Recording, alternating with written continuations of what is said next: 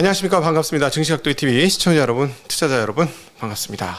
금리가 올라가니까 세상이 변하고 있습니다. 이렇게 세상이 변할 때 어떻게 변하고 있는지 알아야 되겠죠. 그 전후좌우로 뛰어난 해안을 갖고 계신 우리 애널리스트계 그룹 김학균 신한증권 센터장님 모시도록 하겠습니다. 센터장님 어서 오십시오. 네, 안녕하십니까? 네, 안녕하세요. 저희가 이제 2달 전에 뵙고 사실은 뭐 한 달, 2달 사이에 무슨 일이 있겠냐 했는데 갑자기 급속도로 신용시장이 냉각이 되면서 지방정부 발이었죠. 그래서 타격이 아마 더 큰 게 아니었나 싶은데 지금 갑자기 혼돈 속으로 좀 빠져들고 있습니다. 금리가 올랐고 근데 현재 상황들을 우리가 어떻게 봐야 될까요? 일단은 금리가 오른 게 문제고요. 네. 우리가 2달 전에 뵀으면 그때는 인플레이션이 정점을 통과할 수도 있을 거란 기대가 있었습니다. 그렇죠. 미국의 물가가 6월에 피크를 치고 7월에 조금 둔화가 됐죠. 우리가 그걸 이제 8월에 확인을 했으니까요. 근데 8월 물가부터가 뭔가 미국의 경우는 헤드라인 물가는 둔화가 되는데 잘 전이가 안 되는, 한번 오르면 잘 떨어지지 않는 이 핵심 영역의 물가가 이제 높아지면서 이제 그때부터 이제 금리가 강하게 올라갔고요. 음식료와 에너지를 뺀 근원 물가 지수. 그렇습니다. 네. 그러니까 뭐 잘 아시겠습니다만은 이제 근원 물가라고 하는 게 잘 변하지 않는 경직적인 물가의 성격이 있거든요. 네. 왜냐하면 에너지나 그 식료를 예를 들면요. 유가도 막 30%가 올라갔다 떨어졌다 하잖아요. 그렇죠. 굉장히 가변적이고, 상추를 예로 들어볼까요? 네. 이 상추 가격은 뭐 작황에 따라서 막 두세 배 오르기도 하고, 네. 또 그의 시세가 좋아서 또 많이 재배를 하면 또 그냥 뭐 폭락을 하기도 하고, 그렇죠. 변동성이 큰 겁니다. 네. 뭐 유가를 마찬가지고요. 근데 이 상추값이 막 등락한다 그래가지고 삼겹살 집에서 삼겹살 가격을 올리진 않죠. 네. 그거는 뭐 그냥 보고 있는 건데, 이제 삼겹살 가격이 올라가면 이건 한번 올라가면 안 떨어지는 거예요. 네. 상추나 에너지는 올랐다 떨어졌다 하는 건데요. 지금 말씀드린 이 근원 물가라고 하는 영역이 뭔가 좀 잘 안 변하는, 그리고 네. 한번 변하면 경직성을 갖는 물가인데요. 미국의 이제 전체 물가, 에너지와 식료를 포함한 물가는 6월이 여전히 정점이었습니다. 9.1에서 지난 9월에는 8.2%까지 떨어졌는데, 그런 물가는 뭐 9월이 전년 동월비 6.6% 오르면 40년 만에 최고치까지 네. 올라가서, 어쨌든 지금 여러 가지 일들은 인플레이션이 지속이 되고 시장 금리가 쉽게 안 떨어지고 이러다 보니까 금리로 비즈니스를 하는 여러 가지 것들에서 이제 줄줄이 문제가 발생을 하는 건데요. 네. 그런데 우리나라의 경우에는 이 강원도라고 하는 지자체에서 하는 사업이 문제가 됐기 때문에 굉장히 그렇지 않아도 불안한 상황에서 이제 그런 신용 이벤트가 생기다 보니까, 근데 제 생각에는 어느 때라도 금리가 올라가다 보면 낮은 금리에서 비즈니스를 하던 데서 탈이 안 난 적이 없었거든요. 네. 지금도 이제 우리가 그런 약간의 지금 이제 10월 중순인데 금융시장에서 돈이 잘 안 도는, 네. 그래서 금융기관들도 자금을 조달하려 그러면 굉장히 높은 금리를 두고 조달해야 되는 이런 상황들이 이제 벌어지고 있는데, 앞서 말씀드린 것처럼 그 신용위기라고 하는 거는 어떻게 보면 인류의 역사와 함께 굉장히 오랫동안에 벌어졌는데, 과거에는 신용위기가 발생하게 되면 주로 은행에서 발생을 했고요. 네. 또 은행에서 발생하는 위기가 보다 본질적이고 파급력이 큽니다. 은행은 뭐 다른 금융기관보다 자기 자본도 크고 뭐 제일금융권이라고 하지 않습니까? 네.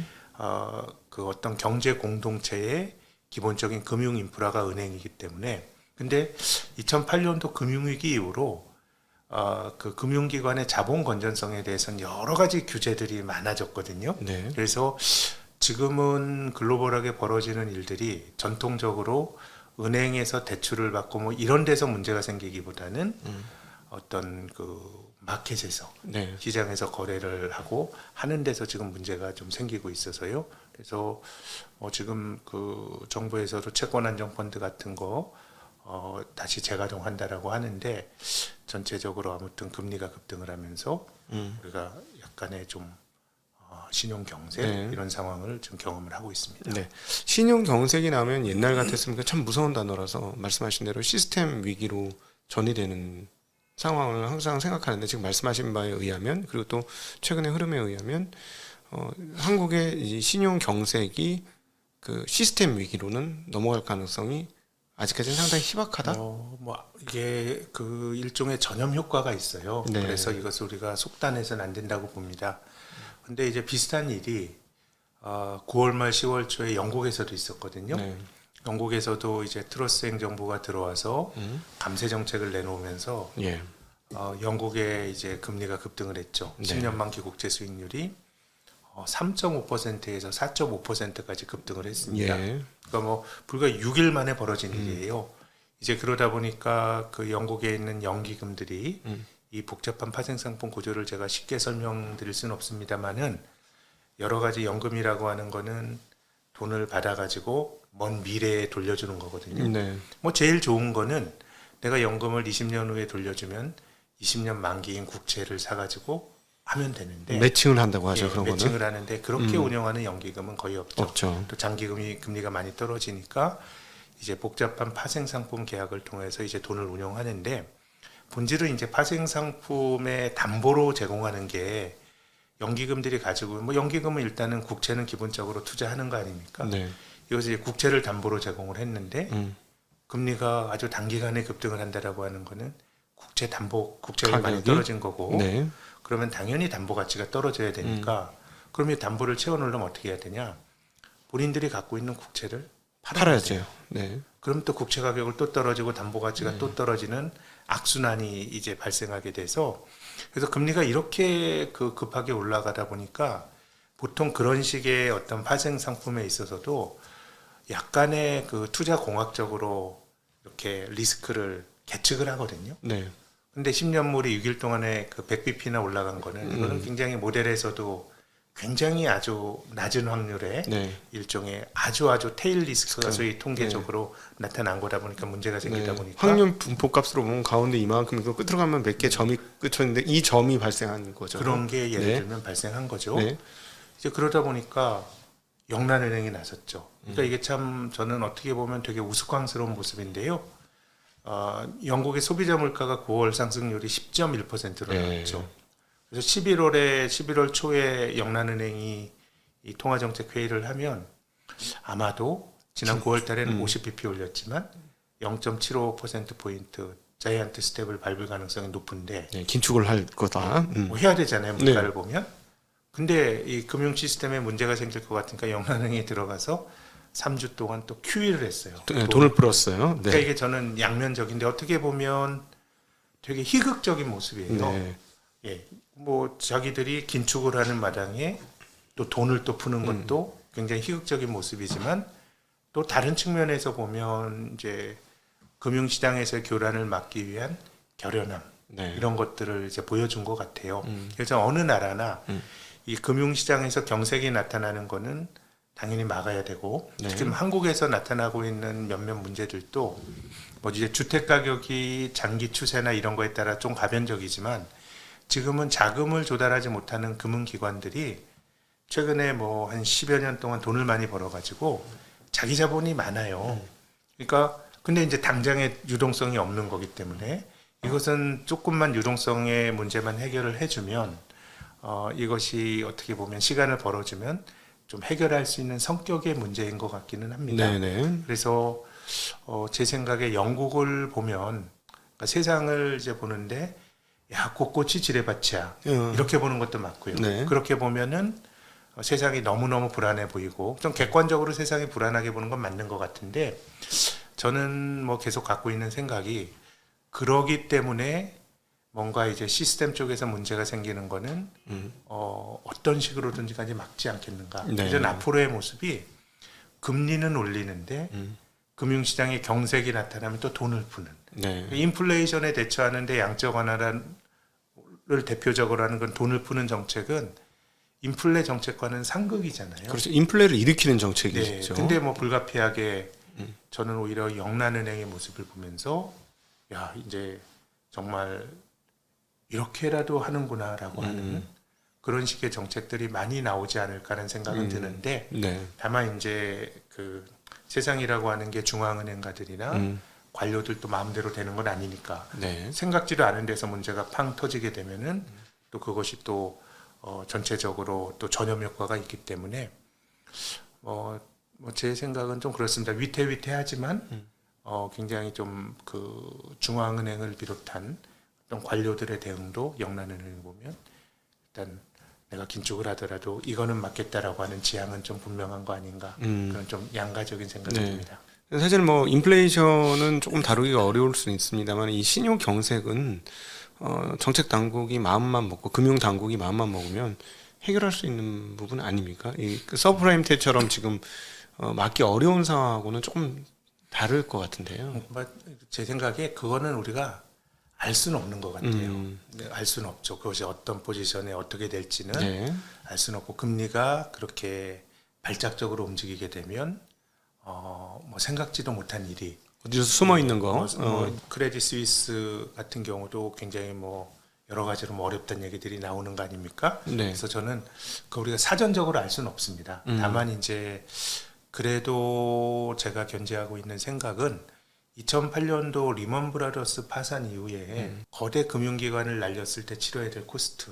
우리가 리먼 브라더스가 잘못했죠. 그럼 파산하는 게 맞죠. 이게 자본주의 논리에 맞아요. 네. 사고를 치고 내가 잘못한 경제 조치는 대가를 치르는 게 맞는데 근데 그런 잣대로 보면 왜 메릴 린치는 왜 안 날렸어요? 네. 그리고 AIG가 파산했을 때 리스크가 훨씬 더 큰 것도 맞지만 AIG를 살려줬어요. 네. 그렇기 때문에 저는 리먼 파산 이후로 좀 이제 확립이 된 질서는 거대 금융기관에 혹은 이제 유의미한 그것이 네. 시스템적으로 중요한 뭐 이런 얘기를 하는데 그런 금융기관의 파산이 가져올 무질서에 대해서는 차라리 뭐 따지고 보면 리먼을 그 지원해줘서 살리는 게 더 낫겠죠. 네, 뭐 시간을 그렇게 줬으면은 살아나면서 갚게 만드는 그 뭐 저금리가 이런 거죠. 지속이 되면서 우리가 지난 10여 년은 어떻게 보면 좀 비효율적이고 망해야 될 기업들 다 연명을 하거든요. 네. 그래서 저는 기본적으로는 시스템 리스크가 억제가 될 거다라는 게 이제 제가 갖고 있는 생각이고요. 네. 다만 이제 그것은 누구도 보증할 수는 없는 거죠. 이제 금리가 올라가다 보면 생각지도 않은 불꽃이 탁 튈 수가 있기 때문에 네. 일단 금리 인상이 어느 정도에서 멈춰지느냐 이런 것들이 굉장히 중요하다고 봅니다. 네. 그러니까 최근 중앙은행가들의 발언들을 이렇게 살펴보면 인플레이션이 안 잡히기 때문에 상당히 고언으로 금리를 올려야 되겠다라는 말을 합니다. 그런데 가장 최근 중앙은행가들의 말을 보면 블러드 총재 같은 경우도 4.5에서 4.75 정도는 가야 된다. 그래야 금리가 잡힐 수 있다라고 얘기하는데 약간 겁을 주긴 하지만 여기서 얼만큼 금리를 더 올릴 거에 대해서는 조금 숨고르기를 하고 있는 것 같습니다. 우리가 4%대까지 굉장히 빠른 속도로 연준이 그러니까요. 점도표를 올렸고 쉴 새 없이 두들겨 패는 느낌을 받았는데 4.75 가니까 뭐 제가 잘못 모르겠습니다. 저희가 보유 편향인지는 모르겠는데 그 중앙은행가들이 5% 중반대는 쉽게 얘기를 못 꺼낼 것 같은 느낌이 좀 봤거든요. 저는. 아, 네. 네.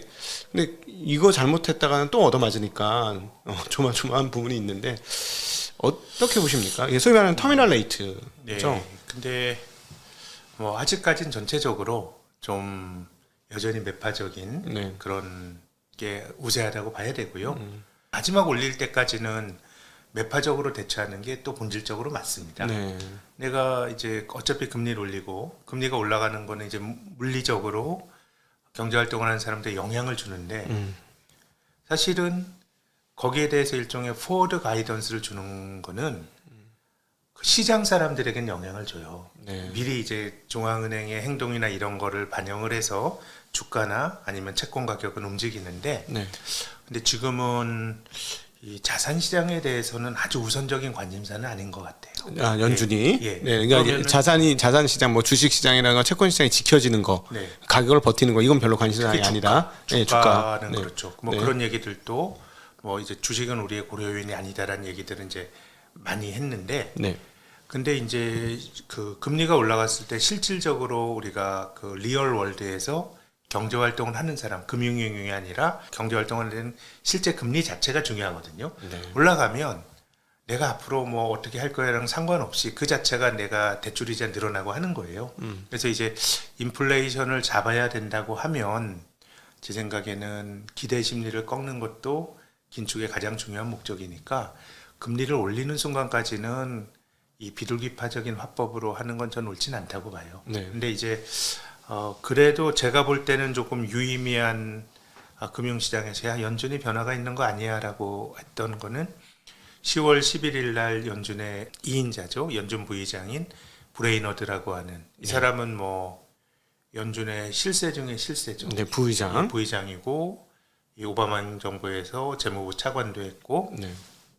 작년에 이제 차기 연준 의장을 뽑을 때 물론 파월 의장이 연임이 됐지만 그 바이든 대통령이 하고 싶어 면담을 했죠. 할 때 브레이너드와 더 면담을 더 길게 했다는 거 아니에요? 실세 중에 실세. 그 보통의 실세가 아니고 연준 안에 여러 가지 금융안정 소위원회 이런 것들이 8개 위원회가 있는데요. 예. 4개의 위원장이에요. 네. 그런데 이제 브레이너드가 10월 11일 날 이럴 얘기를 했어요. 이것을 약간의 이제 뭐 두 가지 해석이 있어요. 근데 뭐 제 해석은 브레이너드는 정책에 시차가 있다. 근데 인플레이션을 우리가 잡기 위해서 금리 이제 올리게 되면 그 영향이 나타나는 건 굉장히 후행적이니까 예를 들면 지금 금리를 마음껏 올려놓으면 한 시차를 두고 나중에 경제에 큰 탈이 날 수 있다라는 주장을 했기 때문에 네. 뭐 지금 이제 연준 내에서 브레이너드와 같은 사람의 주장이 당연히 다수 의견은 아니지만 이제 뭐 그런 이야기들 그리고 또 어떻게 보면 뭐 그런 말과는 상관없이 영란은행이 보여준 야, 이건 내가 막아야 된다라는 건데 네. 이것이 물론 이제 그렇기는 해요. 뭔가 금리를 낮춰가지고 문제를 해결하는 게 매우 심플한데 영란은행도 그건 아니에요. 네. 어쨌든 과도하게 올라가는 것을 막는다 뭐 이런 정도니까 이것이 중앙은행가들이 꼭 주가를 끌어올리는데 어떤 트리거가 되는 그런 식의 것은 지금 기대하기는 어렵지만은 뭔가 조금 변화의 조짐은 일부는 있으나 네. 아직 대세는 아닌 것 같고. 근데 확실히 그 5% 근처에 오니까 네. 너무 고원지대라 사실은 금리를 내려주지 않고 피봇이라는 걸 하지 않고 유지만 해도 그러니까요. 굉장히 부담스러운 그게 수준 아마 아닙니까? 저도 앞으로의 세상이 지금 금리가 더 올라가지 않더라도 네.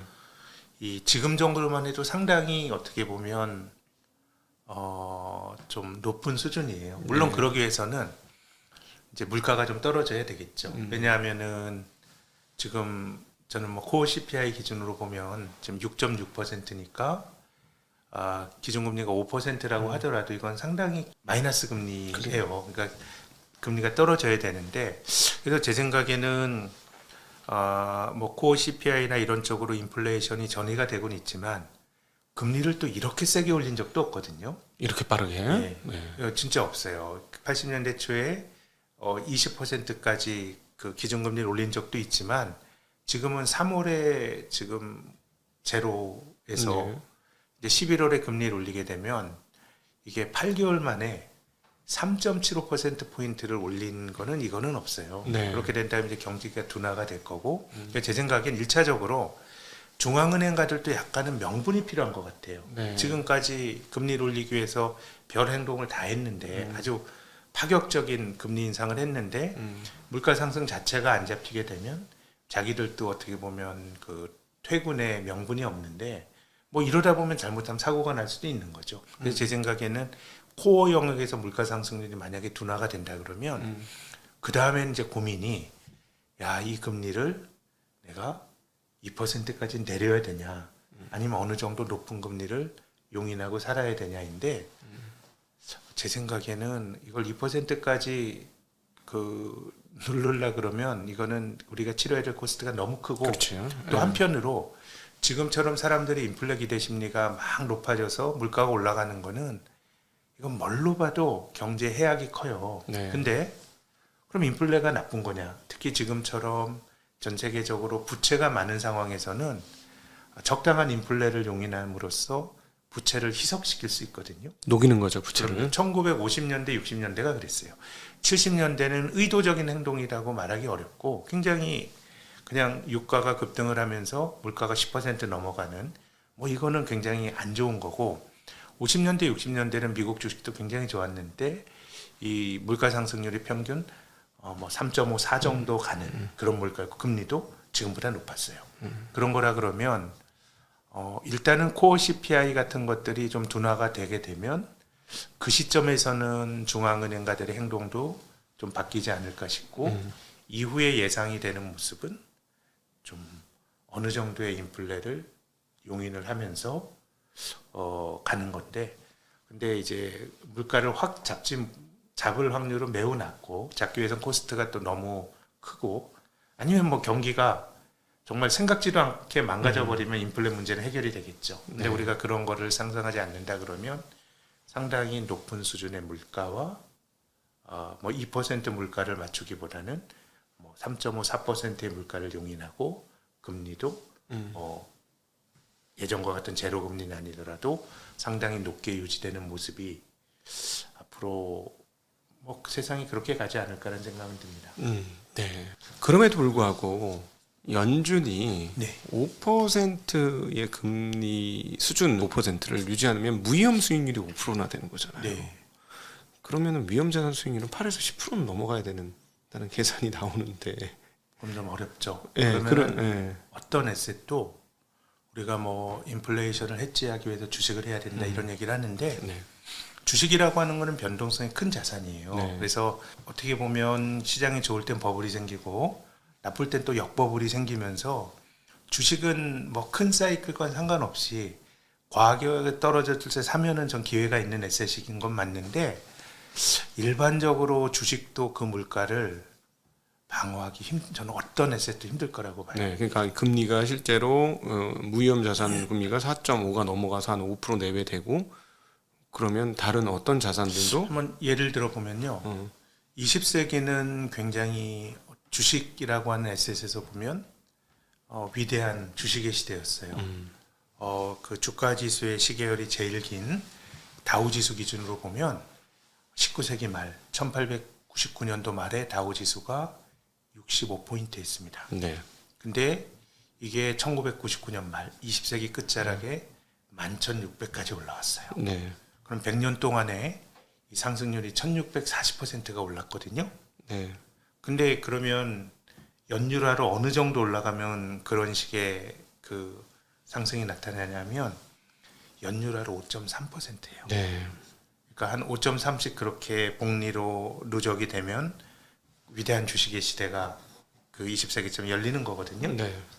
근데 이 무위험 자산의 수익률이 5%다라 그러면 그거는 주식이 디펜스하기가 되게 힘들죠. 네. 근데 뭐 저는 뭐 다른 자산들도 마찬가지라고 봐요. 근데 그 최근에 이제 닐 카스칼이라든가 이런 분들, 그리고 블러드 총재도 그 얘기를 했는데, 우리가 금리를 아주 빠르게 올렸는데 금융시장의 동향은 뭐 적절하다는 네네. 톤으로 다 얘기를 했어요. 그러니까 아까 말씀하셨듯이 금리를 올리는 데 있어서 주가는 고려 요인이 아니다는 거는 명백한 것 같고, 어떤 느낌이 드냐면 연준이 이 뭐랄까 인플레이션과 기대 인플레이션을 막기 위해서 자산 가격 앙등에 대해서 상승에 대해서 별로 원하고 있지 않다. 과거와는 확실히 다르게 예전엔 상당히 시장 친화적이라는 느낌을 굉장히 많이 받았는데 연준 인사들 몇 명 빼고는. 근데 이번에는 인플레이션 나오고부터 단일 대오로 주가 상승을 원하지 않는 것처럼, 마치 숏쟁이들처럼 숏을 들고 있는 사람들처럼 그렇게 느껴지거든요. 근데 저는 뭐 그럴 수도 있다라고 생각하는데, 이제 그 말의 맥락에 대해서 제 나름의 해석을 해보면, 네. 이제 인플레이션이라고 하는 거는 뭐 공급 쪽에서 생기는 인플레이션은 긴축을 통해서 잡기가 어려운데, 지금 미국은 ISM 제조업 지수 같은 거는 굉장히 급하게 꺾여 내려오죠. 네. 50에 탁턱거리 있고, 신규 주문 같은 것들은 경기 둔화, 기업의 경기는 둔화를 프라이싱해요. 네. 근데 미시간대 소비자 신뢰 지수 같은 거는 다시 또 튀어 올라요. 예. 그러면 이제 기업은 달러가 강해지고 하면서 미국의 기업들도 수출이나 이런 데에 뭐 영향을 받는다고 봐야 될 것 같고요. 근데 가게는 지금 생각보다 소비나 이런 것들이 비교적 이렇게 금리를 올렸는데도 잘 버티거든요. 그쵸. 그럼 그게 뭐냐라고 생각하면 저는 장기간 누적된 자산 효과가 분명히 있다고 생각합니다. 그러니까 주식시장에서 그동안 돈 많이 벌었다. 왜냐하면 이 장기적으로 보면 그 나라를 대표하는 주가 지수의 성과는 명목 GDP 성장률에 수렴하는 경향이 있습니다. 2차 대전 이후로 장기적으로 보면 미국의 S&P 500 지수는 연평균 한 7.3% 올랐고 배당을 뺀 겁니다. 명목 GDP 성장률은 연평균 한 6.9 정도 됐어요. 그러니까 뭐 정확히 일치하진 않지만 비슷하게 왔는데 2009년 이후로 2009년부터 2021년까지는 미국의 연평균 GDP 성장률은 4%, S&P 500의 그 상승률은 연평균 13%. 이 괴리가 가장 벌어졌거든요. 예. 그래서 자산을 통해서 이제 돈을 버는데, 그러니까 이제 그런 쪽이 인플레이션을 억제하기 위한 긴축 정책의 본질은 뭔가 이제 수요를 억누르는 건데, 네. 제 생각에는 누적이 된 가계 그 금융자산의 축적이 수요를 결정하는 가장 본질적인 이런 요인들로 저는 작동을 하고 있는 거 아닌가 이런 생각이 들거든요. 그렇기 때문에 어느 정도는 뭐 그 자산 주식 시장이 뭐 제 생각엔 뭐 모든 것들이 계획대로 된다기보다 다 상황의 산물이니까 네. 미국 주식도 여기서 더 밀리게 되면 또 이제 태도가 바뀔 수도 있겠지만 주식 시장을 그 우선적인 고려 요인이 아닌 건 맞는 것 같고 또 두 번째는 불평등이라고 하는 것도 좀 있는 것 같아요. 왜냐하면 이 주식이라고 하는 거는 기본적으로 있는 사람이 하는 거거든요. 네. 뭐 이제 우리나라 예를 들면은 우리 그 2020년 코로나 팬데믹 이후에 동학 개미 투자 붐이 일기 전에 네. 한국의 주식 투자 인구가 613만 명이었어요. 네. 근데 2020년, 2021년 지나면서 작년 말에 거래소에서 발표한 주식 투자 인구가 1,370만 명. 더블이에요. 네. 더블이에요. 굉장히 크지만 증권회사 다니는 제 감으로 보면 투자하는 사람도 많이 늘어났고 온 국민이 다 주식 투자할 것 같은데 5천만 명에 1,370만 명 하는 거예요. 경제활동 인구 따져도 3,700만 경제활동 인구 중에 1,300만 하는 거고요. 네.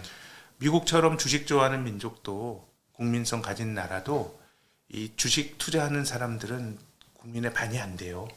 그런 거라고 보면 실물 경제 성장은 둔화가 되어 있는데 주가를 통해서 부가 축적이 된다 그러면 이거는 이게 뭔가 부의 불균형이 네. 기본적으로 또 투자라고 하는 거는 조금이라도 돈이 있는 사람들이 하는 거거든요. 네. 그렇게 본다 그러면은 뭐 저는 뭐 모든 정책이나 세상을 바라보는 관점은 이것이 영구히 지속이 되는 불변의 진리 같은 건 없다고 봐요. 네. 주가가 더 떨어지게 되면 시장을 바라보는 관점도 바뀔 거라고 보는데 말씀드린 것처럼 뭐 그렇게 주가가 떨어지면 연준이 풋을 사주는 풋을 하는 이런 정도의 모습이 기본적으로 아닌 것 같아요. 말씀하신 것처럼 미국이 S&P가 최근 10년간의 그 2008년도 이후에 상승폭이 워낙 컸고 네. 그러다 보니까는 가게들이 지금 주가 깨졌음에도 불구하고 자산을 수요하고 있는 것들이 분명히 상당하다라는 측면에서 보면 네. 결국 자산의 증가가 어딘가 딱 보관이 된다고 할 때 한국 같은 경우는 그게 부동산에 보관이 되는 경우가 굉장히 많잖아요.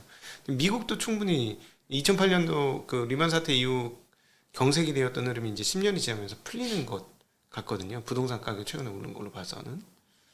그러면 부동산 가격 이미 케이스실러 주택 가격 지수는 뭐 계속 이제 고점에서 내려오고 있습니다만 전년 대비로는 두 자릿수 증가가 분명히 맞을 것 같고 연말까지도 아마도 지난번에 16%를 찍었으니까 20대 주택 가격 지수가 그러면 주택 가격이 오르면 렌트비는 결국 거기 후행한다는 측면에서 보면 앞서 우리가 코어 CPI 얘기를 했는데 의외로 코어 CPI가 안 떨어지기 때문에 연준의 피벗이 우리가 생각하는 것보다 월등히 뒤에 나올 수도 있지 않는가. 그리고 그런 이 고공행진이 것들, 고원행진이 네. 오래 가지 않을까.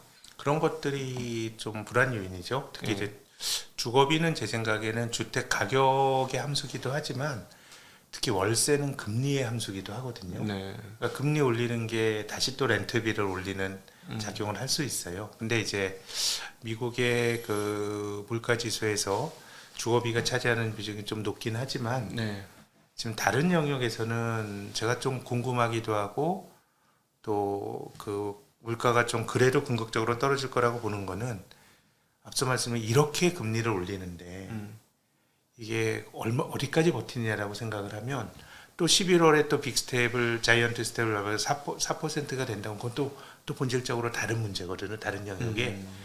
그렇게 본다 그러면 저는 그래도 연말 연초가 되면 코어 영역에서도 물가 상승률이 좀 둔화가 되지 않겠는가. 그렇게 본다 그러면 중앙은행가들의 행동도 바뀔 수 있고, 근데 뭐 우리가 그들의 마음을 알 수는 없지만 이제 그들을 해석하는 시장의 센티멘트로 좀 바뀔 수 있어서 결국은 금리를 이렇게 올리는데 물가가 계속 고공행진을 한다? 이건 아니라고 봐요. 예, 언젠가는 꺾이지 않을까라고 생각을 하는데 그 시기가 제 생각에는 연말 연초 정도가 되면 변화가 있지 않을까 생각을 합니다. 네. 그렇다는 건 금리를 그 상황에서 해서 인플레이를 꺾는다는 건 금리의 수준을 봐서는 미국은 이제 경기는 무조건 둔화, 침체. 네. 이거는 명확한 거 아니냐. 생각보다 좋다라는 게 지금까지 저는 그런 감인데요.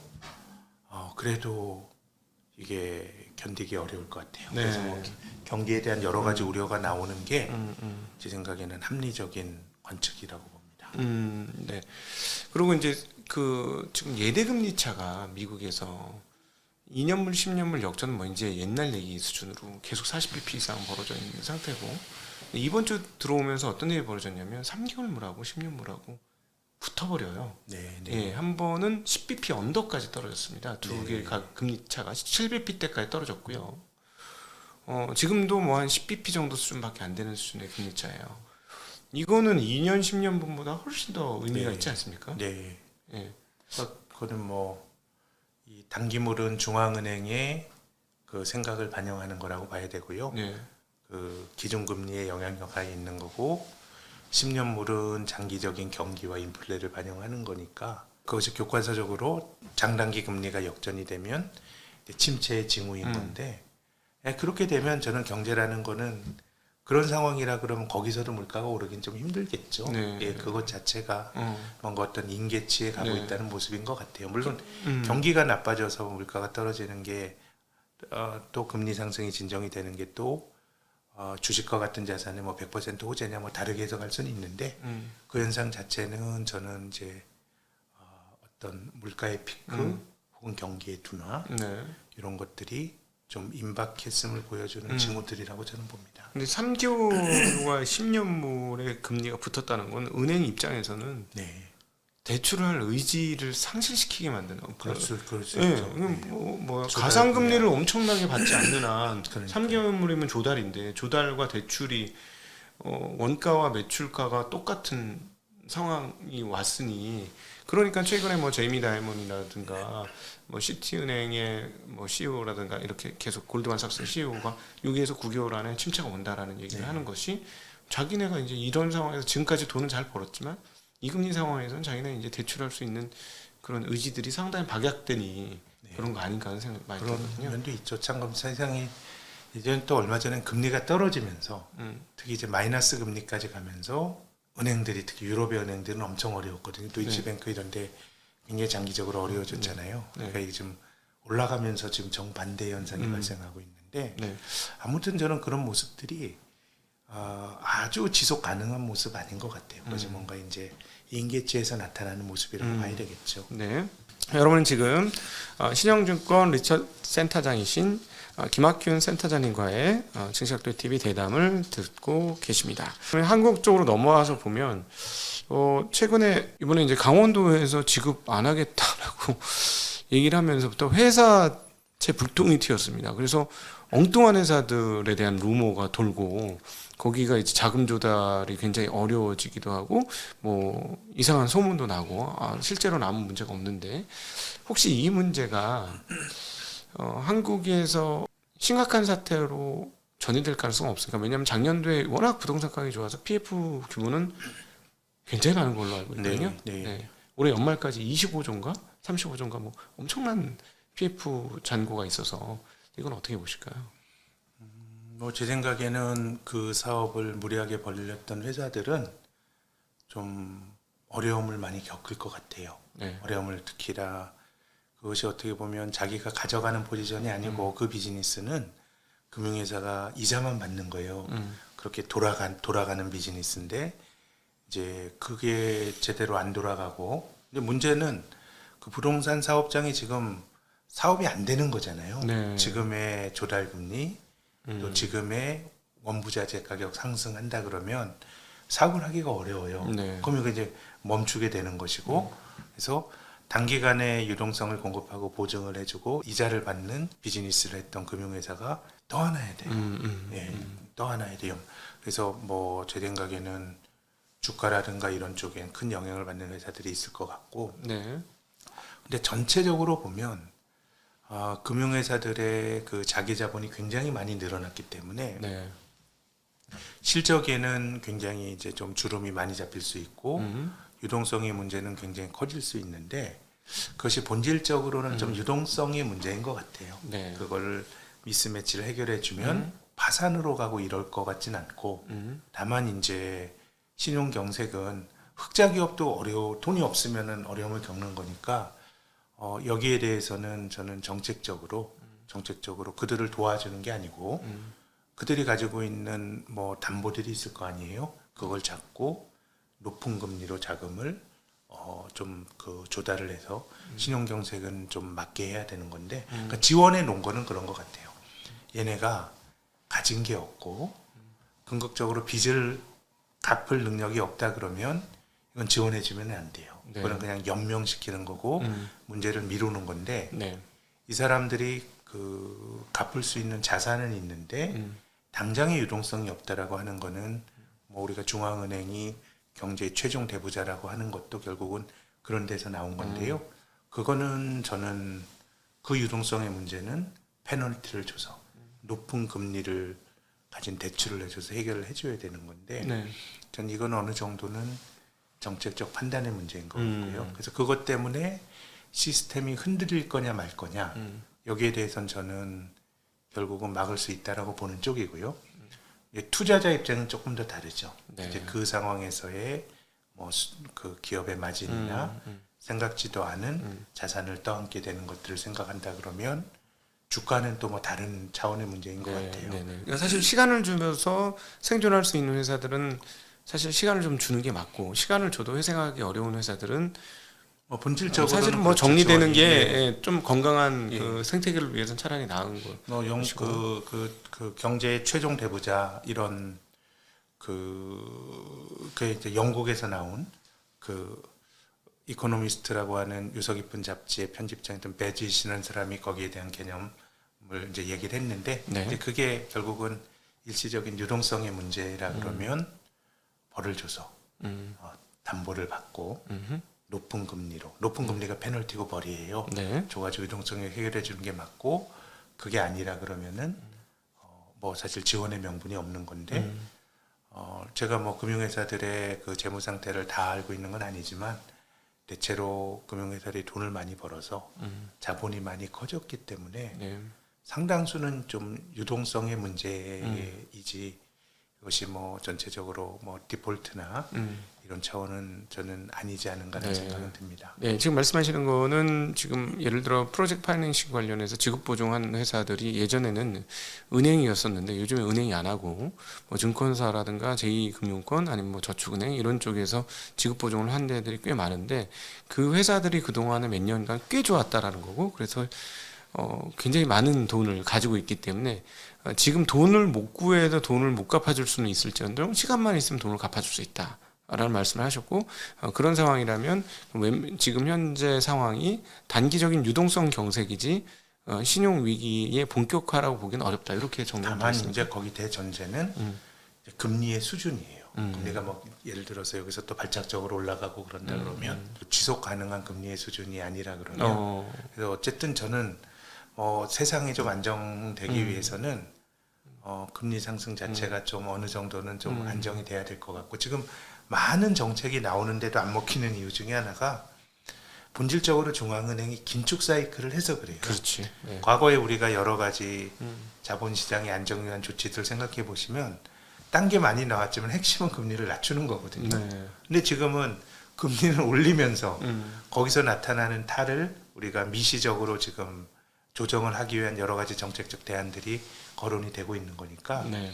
그래서 저는 미국의 그 핵심 물가지수 상승률이 좀 둔화가 되고 미국의 통화 정책이 좀 어느 정도 좀 아주 매파적인 거에서 조금 돌아서고 뭐 이런 것들이 평화로운 어떤 조금 더 안정적인 금융 세상을 위한 전제 조건이라고 봅니다. 네. 그 사이에 이제 한국 주식 시장은 지금 소위 말하는 가치 투자자들이 하는 얘기는 어떤 분위기냐면 가격은 진짜 싸. 인정하겠어. 근데 무슨 일이 터질까 무서워.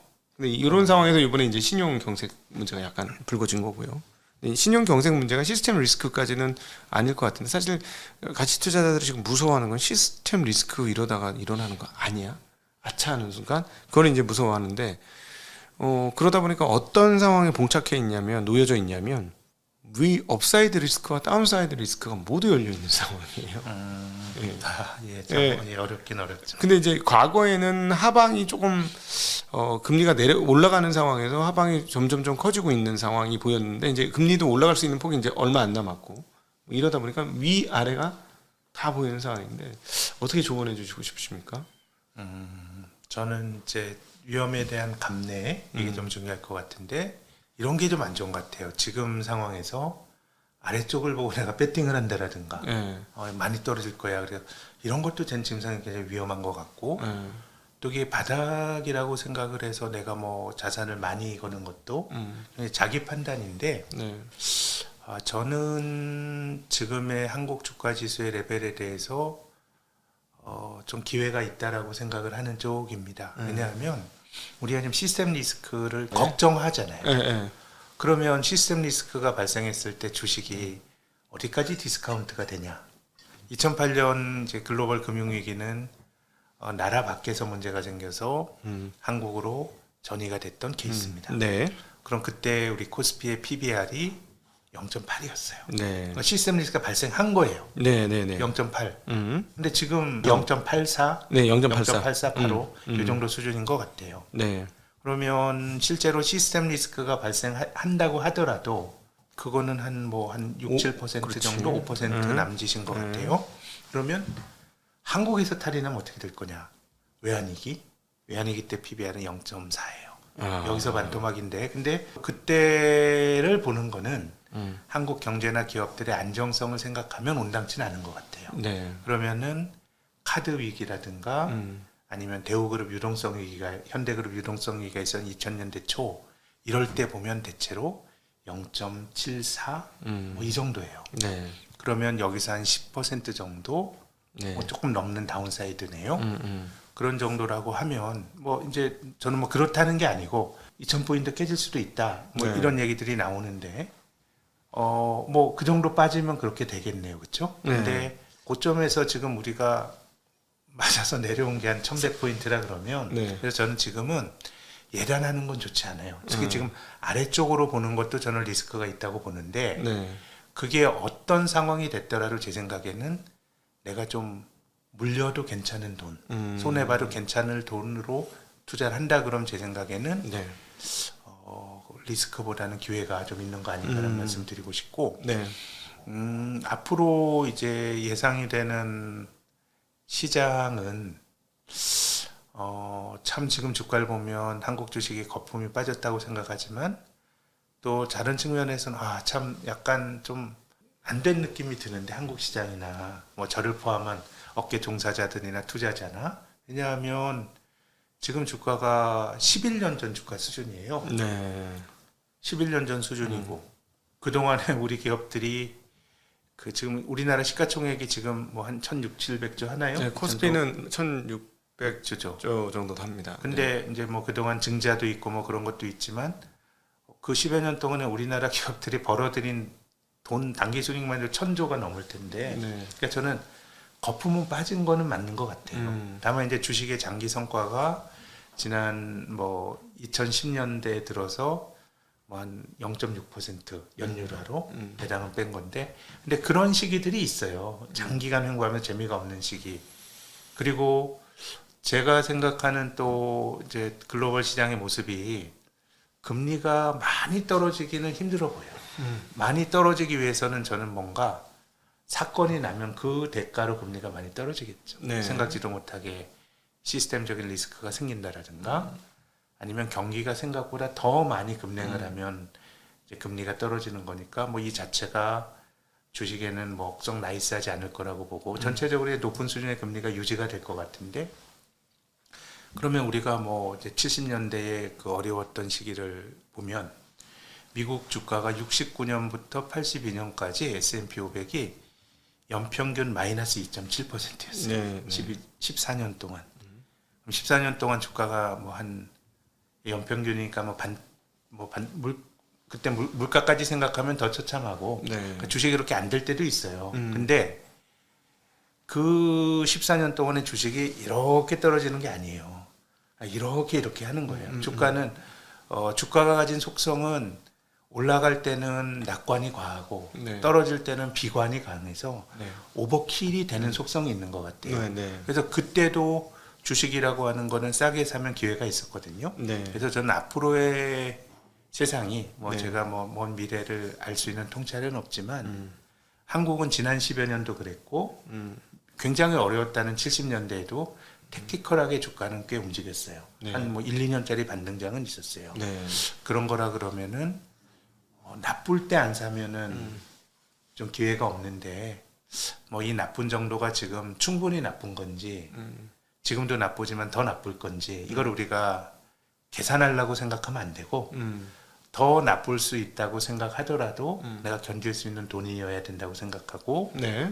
뭐 이거 뭐 저의 주관이니까 뭐 동의 안 하셔도 되지만 저는 상당히 나쁜 게 이미 주가에 투영이 되고 있으니까 기회가 올 것 같은데 그게 굉장히 추세적인 흐름이라기보다는 한 한국 시장은 한 2, 3년에 한 번 정도, 한 3년에 한 번 정도는 리밸런싱을 해야 되는 네. 뭐 그런 시장 아닌가. 그러면 이제 잘 사고 잘 파는 게 중요한데 이건 조금 이제 무책임한 조언일 수도 있죠. 우리는 늘 그러려고 노력하지만 참 어려운 일이긴 한데 대체로 지금이 그런 잘 살 수 있는 설사 더 떨어진다고 하더라도 우리가 손을 들어버리는 게 아니라 주식에서 또 정신 차리고 기회를 네. 봐야 되는 그런 국면이라고 저는 봅니다. 그러면은 이제 사실은 2020년 그 화랑장에서 2021년에 줄이라고 단어 명명된 그런 분들은 굉장히 많이 들어왔다. 지금 엄청 물렸거든요. 삼성전자만 해도 네. 엄청나게 물렸고. 그럼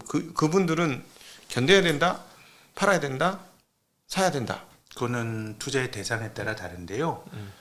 전 주식 투자라고 하는 게 그거 같아요. 진짜 그 기업을 너무 뭐 뻔한 얘기로 들으실 수 있지만 종이 쪼가리 사는 게 아니고 그 기업의 일부를 사는 거예요. 그렇죠. 그러면 내가 어떤 기업을 한다고 치면 아니, 연준이 금리 올린다고 내 기업을 접습니까? 네. 조금 더 긴 호흡이에요. 그 환경에서 또 하려고 하고 이런 다이내믹스가 필요한데 그래서 지금은 저희들이 뭐 매크로나 이런 말씀 많이 드렸지만 투자자 입장에서는 이런 것도 들으시되 어떤 포지션이 있으면 자기의 포지션에 저는 웬만하면 들고 가시길 권해드리기 쉽고 네. 근데 이게 내가 뭐 기약 없이 시간을 견뎌야 될 수도 있는데 이걸 견뎌야 될 시간에 뭐 재무 구조가 부실하거나 뭐 이런 기업들은 내가 견디다가 탈이 날 수 있으니까 그런 것에 좀 집중할 필요가 있는 것 같고 그리고 꼭 드리고 싶은 말씀은 이제 주가가 올라가면 누구나 이 기회를 놓치는 거에 대한 두려움이 있거든요. 네. 근데 저는 그 동학 개미 붐이 있을 때 우리가 벼락거지라는 얘기를 들은 거는 처음이었어요. 주식 올라가면 주식 없는 사람은 뭐 마음이 좀 쓰리기도 하고 이런 건데 이제 그게 어떻게 보면 저는 조급증, 네. 분명히 조급증이 한 측면에 있고 또 한 측면에서는 뭔가 이제 자산 시장에서 돈 버는 거 말고는 사람들이 가능성을 잘 못 보는 거죠. 네. 내가 노동을 통해서 뭐 근데 네. 이건 우리 차원의 문제는 아니고 네. 우리 시장에서 조급증에 대해서 말씀을 꼭 드리고 싶은 거는 네. 이번에 아니다는 없어요. 이 기회가 아니면 아니다 이런 건 없어요. 오히려 다수가 이번이 아니다라고 흥분할 때 우리가 조심하는 게 맞고 네. 우리 곽도기님과 제가 거의 비슷한 시기에 입사를 했는데 코로나 팬데믹 때가 절호의 기회였다. 뭐가 절호의 기회야? 뭐 절호의 기회인 건 맞는데 2008년도 패닉 직후가 더 큰 기회였고요. 네. 그리고 2003년도 카드 버블 저점이 더 큰 기회였고 네, 기회였죠. 더 큰 기회는 외환위기 직후였어요. 네, 98년도. 늘 기회가 와요. 네, 늘 기회가 오는 거고 우리가 투자하면서 살아가야 될 저는 운명이라고 생각하는데 투자자로 살아가는 데는 투자의 기회는 버스와 같아서 지나가면 또 오고 그런 거라 그러면 뭔가 빨리 해야 되니까 내가 의사경도 빨리 하고 막 덥석덥석 사고 이런 건데 네, 우리가 투자를 길게 해야 된다 그러면 정말 지금 가지고 계신 종목도 한번 찬찬히 보고 뭐 이렇게 저는 활용을 해야 된다고 보는 쪽입니다. 그런데 네. 뭐 참 자본시장의 역사라는 게 또 냉혹한 것은 결국 피를 먹고 자라는 속성이 있어요. 네, 위기 다음엔 늘 기회가 오고 그래서 우리가 느끼는 마음의 위기만큼이나 또 한편으로 저는 기회가 예비돼 있다라고 생각하는 쪽인데 우리의 마음은 올라갈 때는 좀 부주의해지고 또 떨어질 때는 너무 겁이 나고 지친 나머지 포기해 버리는 건데 뭐 저 역시도 그런 그 인지적 속성으로부터 자유로울 수 없는 인간이지만 조금 그 반대로 하려고 우리가 조금씩 노력을 하는 것이 앞으로 우리 앞에 아주 창창하게 있는 기회와 또 주식의 위험 자산이니까 늘 또 위험들 저는 뭐 늘 사이클이 있다고 보는 쪽이에요. 네, 예, 늘 네. 사이클이 있다고 보는 쪽이에요. 네. 지금 물리신 분들은 이제 속이 타지만 사실은 그러니까 아직 금융 투자를 안 했던 분들이 이제 금융 투자를 해야 되겠어. 그러면은 새로 돈이 들어왔어. 아니 물린 분이 새로 돈이 들어왔어. 자 그러면 예금입니까? 주식입니까? 지금은 5% 이상이라 그러면 저는 이 금리가 뭐 5년, 10년 계속 갈 거냐 그건 아닐 것 같은데 네. 앞서서 제가 다우가 1600% 올랐던 20세기에 이 주가 지수가 1600% 오르는데 연평균 한 5.3% 오르면 그런 대박이라고 말씀드렸잖아요. 네, 네. 그러면 무형 자산 수익률이 5%가 넘는다 그러면 네.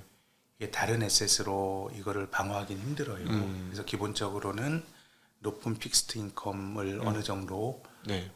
채워놓는 게 좋을 것 같고 다만 아까 말씀드린 것처럼 이제 주식이라고 하는 거는 늘 또 과민 반응하는 속성이 있어 나쁠 때도 좋을 때는 좋은 거보다 주가가 더 올라가요. 네. 지금 미국의 그 기술주를 떨어지는 건 저는 금맥락이라고 보는데요.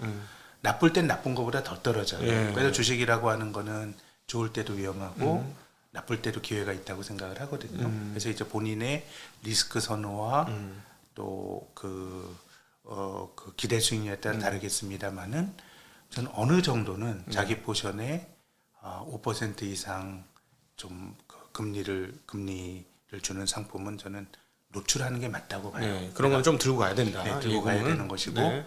일부는 뭐 본인의 선택이긴 하지만 또 주식이라고 하는 것도 다른 측면에서의 또 늘 기회가 있는 네. 거기 때문에 뭐 그런 정도로 말씀을 드리고 싶습니다. 예금을 단기로 끌고 가는 게 좋을까요? 지금 뭐 3년 이상의 긴 예금도 상관없다고 보시는. 저는 장기가 좋을 것 같아요. 지금은 오히려 장기 예금이 오히려 좋다. 픽스된 인컴을 장기간 확보해 놓는 게 또 네. 좋은 거고요. 뭐 채권이라고 하는 게 지금 채권 가진 사람이야 금리가 올라가서 손해를 보는 거지만 기본적으로 그거는 이자를 받는 상품이거든요. 네.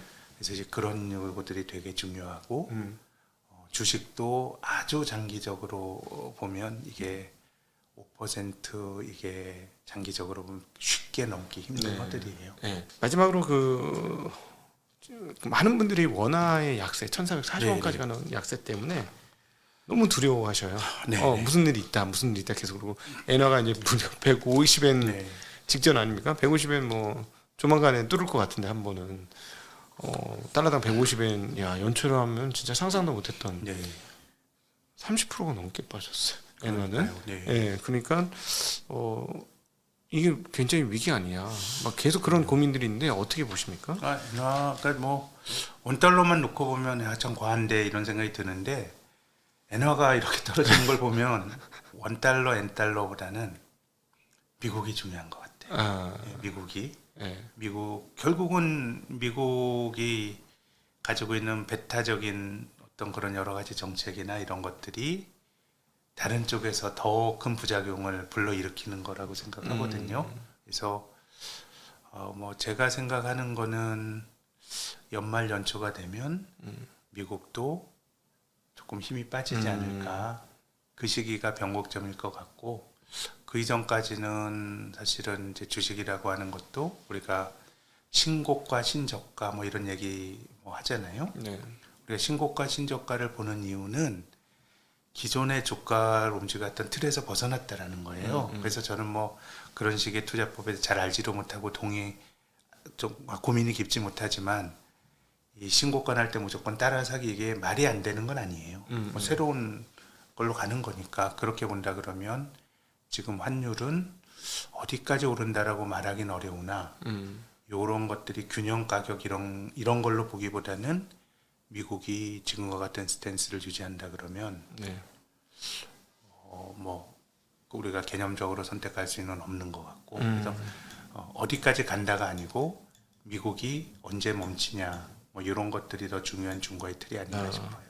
그러면은 미국의 중간 선거가 이제 얼마 안 남았는데 하원은 다수당이 민주당에서 공화당으로 바뀔 것 같습니다. 그러면은 그거로 인한 지금 그동안의 이런 고금리 정책이라든가 뭐 이런 거 바뀔 수 있을까요? 뭐 근데 어쨌든 지금은 인플레이션이라고 하는 게 뭐 이슈가 되니까 혹시 뭐 본질적으로 중앙은행의 통화 정책이 크게 바뀌긴 저는 힘들 거라고 보고 다만 이제 중간 선거 이후로 좀 관심 있게 보는 포인트는 뭐 그렇다가 아니고 뭐 아닐 수도 있는데 11월 15일 날 인도네시아 발리에서 G20 정상회담이 열리거든요. 네.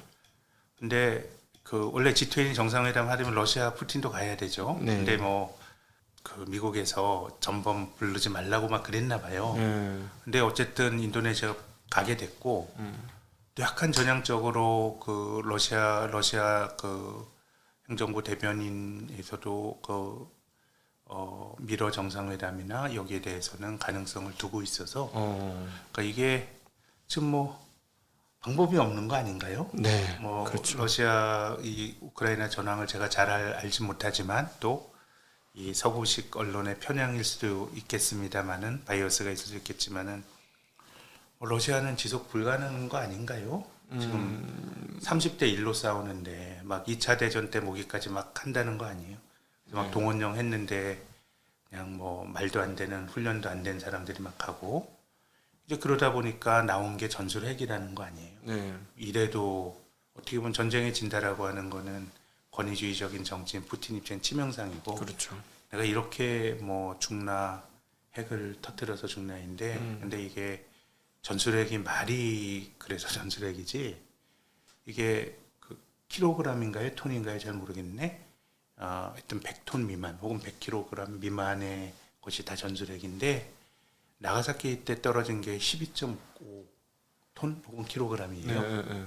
그러면 이게 뭔가 퇴로를 좀 열어놔야 되는 건데 바이든 입장에서도 사실 뭐 몇 번 대화에 그걸 걸어차기도 했었는데 지금은 좀 서로가 좀 합의점이 좀 만들어질 수도 있지 않을까라는 생각이 들어서요. 네. 이건 뭐 제가 그 뭐 이렇다라고 말씀드릴 권위를 갖고 있는 건 아닙니다만은 오히려 11월 중순에 15일에 G20 회담에서 혹시 우크라이나 문제에 조금 봉합의 기회가 생기지 않을까 그런 기대는 갖고 있습니다. 러시아를 압박했던 것도 어쨌든 뭐 중간 선거 앞두고 여러 가지 것과 본다 그러면 그 이후에는 오히려 좀 출구 전략이 나올 수도 있지 않을까라는 기대를 갖고 있습니다. 오늘 감사합니다. 오늘 뭐 최근에 있었던 신용 문제에서부터 미국의 금리 문제, 인플레이션 문제, 그리고 환율의 문제, 그리고 전쟁 이슈, 중간 선거까지 두루두루 현재 참 얘기하고 보니까 만만치 않네요. 작년에 그렇게 평화롭게 지냈었던 게 언제였나 할 정도로 정말 골치 아픈 상황이. 제가 자꾸 말씀드려 죄송한데. 아니 괜찮습니다. 우리가 투자는 많이 아는 게 중요하고 어떤 현상에 대한 나의 견해가 있는 건 참 중요한데 이런 걸 맞춰서 내가 돈을 벌 수 있다고 생각하면 절대로 안 되고요. 결국은 이런 걸 기반으로 하되 최종적인 의사결정은 이걸 맞춰서 배팅을 하는 게 투자의 본질이 아니고 뭐 이런 어떤 세상을 바라보는 나의 아웃라인을 정해놓더라도 내 생각대로 안 됐을 때 버틸 수 있는 준비와 그런 마인드가 있어야 결과적으로 이 투자 시장에서 살아남는 것 같아요. 네. 관찰해보면 그 말씀을 꼭 드리고 싶습니다. 맞습니다. 네, 생각처럼 안 될 때도 버틸 수 있고 그리고 장기적인 시기열로 반드시 리턴이 있는 투자 이런 것들이 정말 중요하다는 말씀 저도 100% 전적으로 동감하는 내용이 되겠습니다. 정말 맞추려고 하시는 분들이 좀 많은 것 같아요. 최근에 보면은. 근데 그건 옛날부터 그랬던 것 같아요. 그런 게 있죠. 예, 근데 그 관찰해보니까 그건 아닌 것 같아요. 예, 그렇죠. 예, 예. 결국 그걸로는 별로 좋지 않다 결과가. 그래서 맞추려고 하지 마시고 배치를 잘해서 그 배치가 위험도에 따라서 어느 정도 버퍼가 있더라도 내가 이상이 없으면서 장기적으로는 좋아지는 그런 구도를 짜보시면 좋겠다는 말씀. 20년 넘게 여기서 해오신 우리 센터장님의 말씀이고 저도 개인적으로 굉장히 동의하는 말씀입니다. 네, 오늘 이 시간 기시간 함께 해주셔서 진심으로 감사드리고요. 이 시간은 신영증권 리서치센터의 센터장이신 김학균 센터장님과 함께 대담하는 시간 가져보았습니다. 오랜 시간 함께 해주신 여러분께 진심으로 감사드립니다. 인사드립니다. 고맙습니다. 감사합니다.